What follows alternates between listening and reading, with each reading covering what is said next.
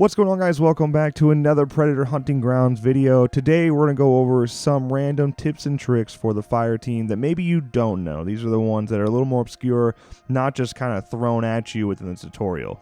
First of all, let's talk about the big one, parrying.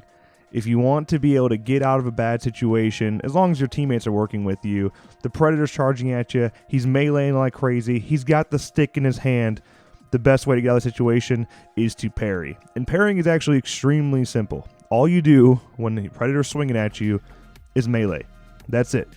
Just melee, knife him, and you'll block a hit. Of course, this all comes down to timing, and of course, if you have enough stamina, but really, it's just as simple as knifing at the Predator when he's swinging at you, and you'll be able to stop him and temporarily stun him and allow your team to step in and help you out, assuming that your team is going to step in and help you out. It's extremely effective. It can be really annoying as a Predator, and it'll make them usually step away and get out of that situation, because when they're stunned like that, for those couple seconds that they're parried, they take a lot of damage from other fire team members. So that's the big one. Make sure you know how to parry. Make sure you go with the timing, because that will make or break whether you live or die.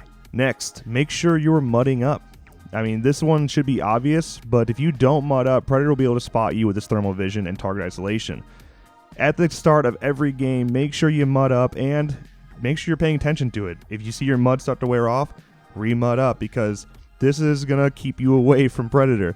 It can be tough to find members sometimes as a Predator, and that's because everybody's mudding up properly.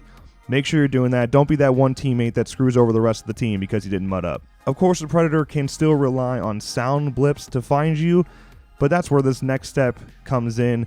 Don't be afraid to knife. When you're taking on a bunch of AI, maybe don't use your gun as much as normal. Try to use your knife more, because the knife is silent, and that will stop the Predator from spotting you with those noise blips. Of course, if there's a ton of AI around and they're all blasting you, yeah, you're going to have to shoot back. There's nothing you can do about that, especially because they're making noise too. But if there's just a handful of AI in there that you can go in and try to take out stealthily, do that. Rely on your knife. Also, it does way more damage than your guns do. Those huge juggernaut AI, you can take them down with 2 knives rather than 2 clips of ammo. But when you're only knifing like that, you tend to take more damage, so also know that medkits and ammo packs can be found across the map. They have been limited recently, but there still tend to be at least one in every area.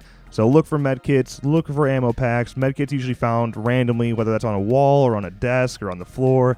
They're kind of all over the place, so be looking out for those. And ammo packs as well, just usually big, large crates. Just got to find them, save your teammates' ammo and meds, and rather use the ones that are put on the map. Next, make sure you are disabling alarms that are found within the guerrilla warfare camps. These are pretty important, all right? If those alarms go off, you have a whole bunch of AI charging you now.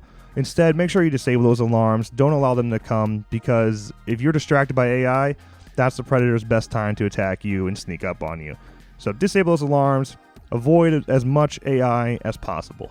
You also want to make sure that you are spotting items. You can spot items by just pressing up on the D-pad. These items include things like enemies, ammo, medkits, and of course, the Predator. You can spot the Predator, and that's how he gets that red glow around him.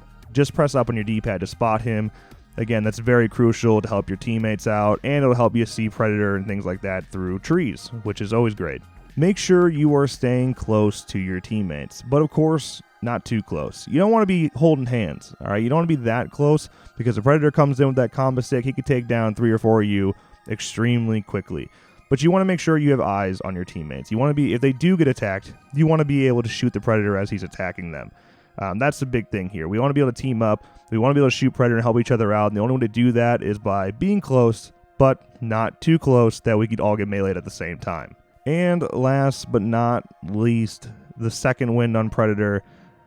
When that happens, when that second wind hits and Predator lights up all white, that's your time to attack. At that moment, you are no longer the hunted, you are the hunter. And I recommend chasing down Predator during that time. Of course, if you're smart, you can follow the blood glow that comes on the ground. You can catch up to him within that second wind while he's healing and ultimately kill the Predator and win that game. And that is tough, yes, but that second win is your best chance. You have the advantage at that point. You are now the hunter. take advantage of it, try to find him, and use your ears. All right, every sound counts. You will hear him dying, you'll hear him yelling, and you'll hear him healing. That healing sound is really key. If you catch up to him before that heal ends, you definitely have a killed predator. And if you do manage to kill the predator, don't panic. All right, I know his self-destruct might go off, but don't panic, you can defuse it. After you get him down and that self-destruct activates, shoot predator in the face until his mask comes off and you officially kill him, and then you can hold square on the defuse bomb and run a puzzle. This puzzle is not nearly as difficult as people think. All it is just matching characters and going one by one and matching the top characters to the bottom characters. And once you do that, once you get used to it, it's very easy. You can do it 9 times out of 10, and you get way more XP if you manage to do that. So rather than just running out of the circle and having him blow up, I recommend trying to defuse that bomb and then guarding the body against the AI and get a lot more XP in that manner. Hey, but that's my tips and tricks for the fire team. Let me know yours in the comments below. What did I miss? Always like to be better as a fire team member, so let me know. But that's going to wrap up today's video. If you enjoyed, make sure you drop a like and subscribe to our channel for more videos like this one. And of course, as always, thank you guys so much for watching. And I'll see you next time.